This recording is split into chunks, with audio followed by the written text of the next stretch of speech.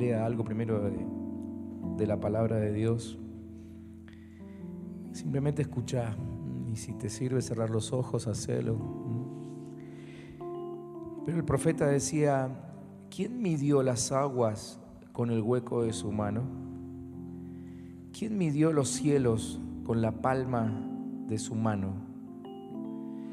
¿Quién con solo 3 dedos juntó todo el polvo de la tierra y pesó con balanza y pesas los montes y las colinas? ¿Quién instruyó al Espíritu del Señor? ¿Quién le enseñó o le dio consejos? ¿De quién recibió consejos para tener entendimiento? ¿Quién le enseñó el camino de la justicia? ¿Quién le impartió conocimientos o le mostró la senda de la prudencia? Para nuestro Dios, las naciones son como una gota de agua que cae del balde. Las considera como granos de polvo en las balanzas y hace que las islas desaparezcan como polvo. Para presentarle una ofrenda, no bastan todos los árboles del Líbano para el fuego, ni todos sus animales para el sacrificio. En su presencia, todas las naciones no son nada. Él las considera inexistentes. ¿Con quién pueden comparar a Dios? ¿Qué imagen pueden hacerse de Él? El artífice prepara la imagen tallada, el platero la recubre de oro y le funde cadenas de plata. El pobre le lleva como ofrenda madera que no se apolille y se busca un escultor hábil para que le talle una imagen que no se mueva. ¿Acaso no lo saben? ¿Nunca lo han oído? ¿Nunca les dijeron desde el principio? ¿Acaso nadie les enseñó esto desde que se fundó la tierra? Él tiene su trono sobre el arco de la tierra, cuyos habitantes son como langostas. Él extiende los cielos como una cortina y los despliega como una tienda de campaña. Él convierte en nada a los poderosos y a los gobernantes de la tierra. Los trata como si nunca hubieran sido plantados, como si nunca hubieran sido sembrados, como si nunca su tronco hubiera tenido raíz en la tierra. Tan pronto como Él sopla en ellos, se secan. El torbellino los arrastra como si fueran hojarasca. ¿Con quién entonces pueden compararme?, dice Dios el Santo. Levanten los ojos al cielo y miren quién creó estas cosas. Él saca y cuenta su ejército de estrellas. A todas las llama por su nombre y ninguna de ellas falta. Tan grande es su poder, tan poderoso su dominio. ¿Por qué dices que tu camino está oculto para el Señor? ¿Por qué alegas que Dios pasa por alto tu derecho? ¿Acaso no sabes ni nunca oíste decir que el Señor es el Dios eterno y que Él creó los confines de la tierra? El Señor no desfallece, ni se fatiga con cansancio. No hay quien alcance a comprender su entendimiento. El Señor da fuerzas al cansado y aumenta el vigor del que desfallece. Los jóvenes se fatigan y se cansan, los más fuertes flaquean y caen, pero los que confían en el Señor recobran las fuerzas y levantan el vuelo como las águilas. Corren y no se cansan, caminan y no se fatigan. Vuelvo a preguntar, quizá alguno vino con algún imposible en su corazón o en su mente. Te pido que cierres los ojos un momentito y que compares tu imposible con lo que te acabo de leer. ¿Qué te parece? ¿Qué tendrá más poder? ¿No será Dios mucho más grande que tu imposible?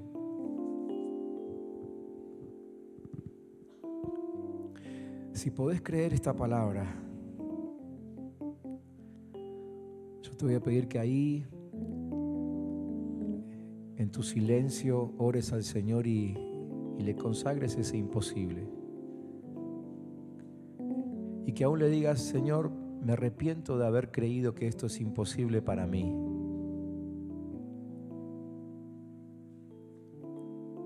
Es más, te voy a invitar a que deseches la palabra imposible de tu boca, que la saques de tu boca, siempre y cuando creas en Dios, ¿no es cierto? Pero si Dios es tu Dios, si Él es tu Señor, si realmente Él gobierna tu vida, desecha la palabra imposible, porque en Él no hay nada imposible.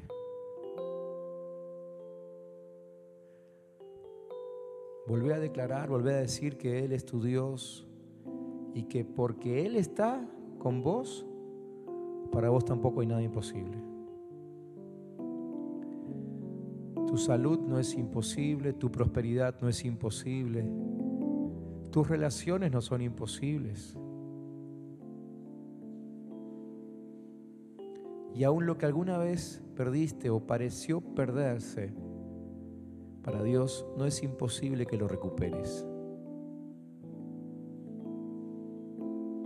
Señor, en ti confiamos y en ti esperamos.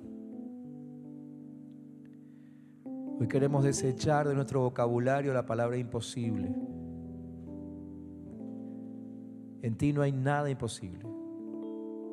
Y cuando nuestra vida está encaminada en tus planes, en tu voluntad, cuando nuestros pensamientos son tus pensamientos, para nosotros tampoco hay nada imposible. Hoy queremos declarar nuestra confianza en Jesucristo. Declarar que Él es Señor, que Él es Dios y que Él tiene todo el poder para hacer en nosotros lo que nosotros no pudimos hacer, lo que nadie pudo lograr con nuestra vida. Dios lo hace. Dios lo hace.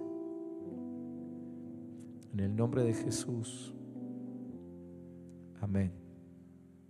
Amén. Pueden tomar asiento. Cuando Dios te creó, te pensó de principio a fin, y Él no encontró ningún obstáculo para su obra. Así que no te resignes cuando sientas que algo se pone medio difícil. Acordate esta palabra: para Dios no hay nada imposible. Amén. ¿Cuántos lo pueden creer? ¿Lo puedes creer? ¿Sí? Así es. Dios tiene una obra grande para nosotros y quiero tomarme un par de minutos para compartirte un pensamiento que tiene que ver con esa obra, con lo que Dios hace en nuestra vida, para que después también podamos orar y seguir afirmando la obra de Dios en nuestro corazón, ¿sí? Hay un texto en Cantares, capítulo 2, versículos 13 y 15, y recién me doy cuenta que en el PowerPoint solamente puse el 13, pero yo les voy a leer los dos versículos. Ese pasaje dice: las flores están brotando. Sí, ya sé que no es un texto para el invierno, pero no estamos hablando de clima, estamos hablando de la obra de Dios, ¿sí? Las flores están brotando. Ha llegado la temporada de los pájaros cantores y el arrullo de las tórtolas llena el aire.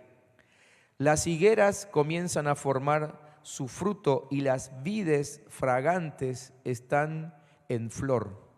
Levántate, amada mía, ven conmigo, mi bella mujer. Recuerden que el libro de Cantares es un libro que escribe el sabio a su amada, pero en realidad es una simbología del amor que Dios le tiene a su esposa, que es la iglesia, ¿sí? Y el versículo 15 dice: atrapen esas zorras, atrápenlas, aunque pequeñas, destruyen nuestras viñas que apenas están floreciendo. El autor de Cantares usa mucho la palabra vides, o sea, habla de la planta de la vid, ¿no? Y también tiene que ver eso con una simbología, porque cada vez que él habla acerca de la vid, está hablando de aquellas cosas que nosotros producen algo, ¿sí? Ya sea familia, finanza, nuestro trabajo, tiene que ver con la productividad, ¿sí? De eso hablan las vides. Y cuando habla de las zorras, habla de aquellas cosas que buscan desviarnos de lo que Dios quiere producir en nosotros, ¿sí? Por eso el autor de este libro se preocupa y dice: casen las zorras, porque aunque sean pequeñas, ¿sí?, destruyen todo el viñedo. Lo que está diciendo es que aunque a veces hay pequeñas distracciones desviaciones en nuestros pensamientos, esas son las que destruyen todo lo productivo que hay en nuestra vida, ¿sí? Las zorras representan la distracción, y hoy quiero hablar acerca de la distracción, por eso le puse como título a este mensaje, Rompiendo la distracción. Y la distracción, según el diccionario, es sinónimo de despiste, descuido, olvido, desatención, inadvertencia, evasión, entretenimiento, omisión, ¿sí? Esta palabra es muy peligrosa para la obra de Dios, porque lo que Dios está haciendo en cada uno de nosotros, la forma en que Él nos atrae hacia sí mismo y nos lleva hacia esa vida productiva, es una obra a la cual hay que prestarle mucha atención, ¿sí? Y cualquier distracción puede hacer que la obra de Dios se destruya, y creo que cualquiera de nosotros lo ha comprobado, ¿no? Porque quizás veníamos bien y de pronto en un momento, no sabemos cuándo, pisamos el palito, ¿no? Nos distrajimos y aún a veces nos preguntamos, ¿cómo fue que terminé así? ¿Cómo fue que me pasó esto? ¿Cuándo me pasó esto que no me di cuenta, ¿no? ¿Qué fue tan sutil? ¿Cuál mentira del diablo me creí, ¿sí?, que terminé como estoy ahora? Y nos lamentamos por nuestra condición. Entonces, la distracción hace que la obra de Dios se detenga, que la obra de Dios se desvíe y que no se complete. Y obviamente terminamos en sufrimiento. Entonces necesitamos simplemente volver otra vez a lo que Dios quiere hacer con nosotros, ¿sí? Y romper con esa distracción, con esa desatención. A veces la verdad es que tenemos que reconocer que somos muy despistados, o quizás estamos ocupados en cosas que no valen la pena, que no son las que Dios tiene en su corazón y en su mente, y terminamos distraídos. Parece que fuera algo insignificante, como las pequeñas zorras. Pero el problema es que eso termina rompiendo el propósito de Dios en nuestra vida, ¿sí? Y no lo alcanzamos. Y parece una reverenda pavada, pero terminamos desviándonos del propósito de Dios. Entonces, ¿cómo vencer la distracción? En primer lugar, creo que lo primero que podemos hacer, podríamos hacer una lista larga, pero hoy solamente quiero mencionar 3 cosas. En primer lugar, darle valor a lo que Dios le da valor, ¿sí? Nosotros nos damos cuenta quizás que muchas veces le dimos valor a determinadas cosas en nuestra vida y después nos dimos cuenta que en realidad no eran tan importantes. Hay gente que a lo mejor le pone mucha atención, le da mucho valor a su trabajo, a tal punto de que termina descuidando la familia, ¿no? Y después, obviamente, arrepentido, pero casi ya tarde, termina dándose cuenta que en realidad el trabajo no tenía tanto valor como tenía la familia, o el llenarse los bolsillos de dinero no era tan valioso como conservar la familia o conservar la salud, ¿no? Entonces, muchas veces le prestamos atención, ponemos valor en aquellas cosas que no son tan valiosas. Entonces, como nosotros a veces tenemos que reconocer que no sabemos a qué darle valor, lo mejor es simplemente prestarle atención a lo que Dios le presta atención, ¿sí? Y buscar en la Biblia, en la palabra de Dios, aquellas cosas que Dios llama como muy importantes. Y acá yo le puse un texto que es muy conocido, pero que es un texto que sintetiza muy bien aquello a lo cual Dios le da valor. Juan capítulo 3, versículo 16, dice que Dios amó tanto al mundo que dio a su Hijo Jesucristo, para que todo aquel que en Él crea no se pierda, sino que tenga vida eterna. O sea que Dios le da muchísima importancia a su creación, a sus hijos, a nosotros, a la gente que nos rodea, ¿sí? Y empezamos a descubrir ahí que Dios tiene valores que a lo mejor no son valores para nosotros. Nosotros muchas veces prestamos más atención a nuestras propias necesidades que a la gente que nos rodea. En cambio, Dios le presta mucha atención a la gente que nos rodea. Así que empezamos por ahí, por darle valor a aquello a lo cual Dios le da valor. Mateo capítulo 18, versículo 14, dice que no es la voluntad de su Padre que está en los cielos que se pierda ninguno, que se pierda ninguno. Así que, si vamos a enfocar nuestra vida en las cosas valiosas, empecemos a enfocarlas en los demás, en los que nos rodean, en ayudar al prójimo, en que todo el mundo se salve, ¿sí? Nosotros estamos acá adentro. Nosotros ya hemos creído en Cristo Jesús. Ya encontramos al Señor, encontramos su poder. Él ha respondido a un montón de nuestras oraciones. Ya está. Ahora empecemos a preocuparnos por aquellos que nos rodean, que todavía no conocen su amor, ¿sí? Segundo, Establecer un orden de prioridades. Establecer un orden de prioridades. Una vez que entendimos cuáles son aquellas cosas que Dios valora, entonces establecer un orden de prioridades que obviamente tenga que ver con los valores de Dios. ¿Sí? Mateo capítulo 6, versículo 33 dice, busquen primero el reino de Dios. Lo primero que tengo que buscar es el reino de Dios. No aquello que simplemente fabrica mi propio reino, lo que tiene que ver con mi ego, ¿no? Con mis pensamientos. Buscar lo que fabrica el reino de Dios. Sigo pensando en los intereses de Dios. Y Él nos promete que si buscamos primeramente el reino de Dios, todas las demás cosas nos serán añadidas. Todas. Y es así. Yo creo que muchos de nosotros pudimos experimentar eso, ¿no? Que cuando priorizamos las cosas que a Dios le importa, nos damos cuenta de que Él empieza a acomodar las cosas que a nosotros nos importan. ¿Sí? Primero lo de Él, ¿no? Dios busca que seamos capaces de desligarnos de ese sistema anti-Dios en el cual hoy vivimos, ¿no? Hoy estamos sumergidos en un sistema que no quiere saber nada con Dios, que lo quiere aniquilar. Hoy aquellos que promueven la muerte están declarando justamente la destrucción de la iglesia y todo lo que represente a Dios no lo quieren ni lo pueden ver, ¿no? Entonces Dios quiere que nosotros nos desliguemos de ese sistema y que en cierta forma ata a los cristianos a vivir dentro de estas cuatro paredes, ¿no? Porque a veces llegamos a pensar que el mundo que realmente importa es lo que tenemos acá adentro. Y ya deja de importarnos las cosas que pasan afuera. Y no tiene que dejar de importarnos. Tiene que importarnos así como le importa a Dios, para que el mundo que nos rodea termine siendo salvo, como nosotros somos salvos. ¿Sí? Buscar primeramente el reino de Dios y darnos cuenta de que en el reino de Dios, como prioridad en la agenda de Dios, está liberar al cautivo, ayudar a aquel que está preso del pecado. Y una tercera cosa es establecer metas, puntos de llegada, puntos de partida, asignaciones diarias. ¿Sí? Cuando nosotros nos concentramos en buscar lo que a Dios le importa, ¿sí? Empezamos a acomodar nuestras prioridades también durante el día. Sabemos que el día lo tenemos que empezar en relación con Dios, buscando de su palabra, orando a Él, ¿no? Y acomodar la agenda conforme a Él le gusta, ponernos metas que tengan que ver con eso. Filipenses capítulo 3, versículo 13, dice el apóstol Pablo, hermanos, yo mismo no pretendo haberlo ya alcanzado, pero una cosa hago, olvidándome de lo que queda atrás, me extiendo a lo que está adelante. ¿Sí? Prosigo a la meta. Él se había puesto metas, ¿sí? Decía, esta es mi meta, porque con esta meta agrado a Dios. Con esta meta estoy buscando el reino de Dios. Con esta meta me preocupo de las cosas que le preocupan a Dios. ¿Sí? Entonces seguía esa meta. Mi meta tiene que ser, por ejemplo, una meta mía tiene que ser llegar a ser una persona que sirva a los demás. Muy bien, entonces persigo esa meta. Si hay necesidad, me preparo para poder ayudar a otros. Si hay necesidad, dejo lo que tenga que dejar para ayudar a otros. Porque es mi meta, entonces la persigo.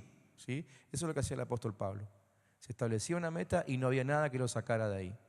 Entonces, él podía estar en tiempos de cárceles, en tiempos de castigo, podía estar disfrutando de la vida, pero la meta seguía siendo exactamente la misma.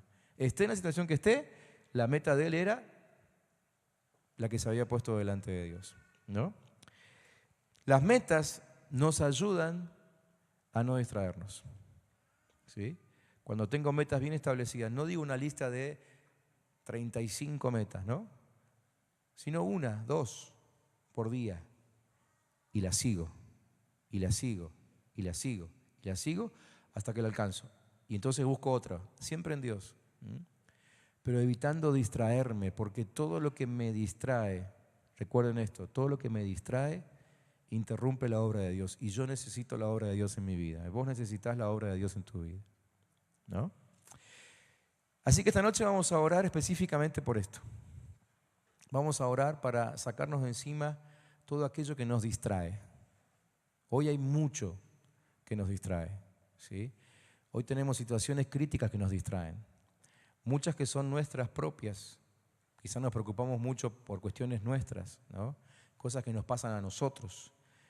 Y también hay cosas alrededor que nos pasan. No sé, la crisis económica, ¿no? La falta de trabajo, los problemas familiares, ¿sí? Y todo eso nos desvía, nos distrae de lo que Dios quiere hacer en nosotros. Así que vamos a volver nuestra mente a las cosas que Dios quiere hacer con nosotros, ¿sí? Ahí les preparé una listita de oración para que ahora podamos juntarnos de a dos o de a tres y orar en este sentido. Vamos a ayudarnos el uno al otro para orar así, ¿sí? En primer lugar, lo que vamos a hacer es rechazar en nosotros el desorden. Rechacemos el desorden. Muchas veces no alcanzamos lo que Dios quiere porque somos desordenados, ¿no? Y entonces dijimos, bueno, hoy me propongo que arranco el día leyendo la Biblia y ya mañana me olvidé y ya arranqué de otra forma y ya me quedé 10 minutos más en la cama y ya perdí, ¿no? Y me desordené. Y después el resto del día sigo desordenado. Entonces, rechazamos el desorden. Rechacemos el desorden. Vamos a romper con la impuntualidad, por ejemplo. Vamos a romper con la mala costumbre de no cumplir con los compromisos, ¿sí? Entonces, ¿qué vamos a hacer? Vamos a orar juntos ahí y cada uno lo va a rechazar en su propia vida. Es decir, yo en el nombre de Jesús rechazo el desorden, yo rompo con la impuntualidad, a partir de hoy me propongo ser puntual, me propongo cumplir con mis compromisos, ¿sí? Segundo motivo, vamos a reordenar, otra vez en oración, nuestra vida según las prioridades del reino de Dios. Así que cada uno va a declarar que el reino de Dios es su prioridad, ¿sí? Y si siente de parte de Dios que tiene que declarar algo que está en el corazón de Dios como su propia prioridad, hágalo, ¿eh? Si alguien siente que tiene que priorizar en su vida la predicación hacia otros, hágalo. Si alguien siente que tiene que priorizar alguna otra cosa que a Dios le interese, hágalo en oración, ¿sí? Tercero, declarar que la vida de los que nos rodean pasa a ser una prioridad para nosotros, porque es una prioridad para Dios, ¿sí? Y vamos a buscar oportunidades para compartir del amor de Dios, ¿ok? Cuarto, vamos a orar con algún nombre específico, una persona que nosotros conozcamos, un familiar, un amigo, ¿eh? Y vamos a pedirle a Dios que nos dé una oportunidad para predicarle, para hablarle del amor de Cristo, para contarle lo que Dios hizo en nosotros, ¿sí? Y entonces empezamos a poner las cosas en orden de prioridades según Dios, ¿no? Quinto, vamos a orar junto con los que nos toque ahí en el grupo a favor de Argentina, ¿sí? Este es un motivo de oración que siempre queremos tener, orar por nuestra tierra.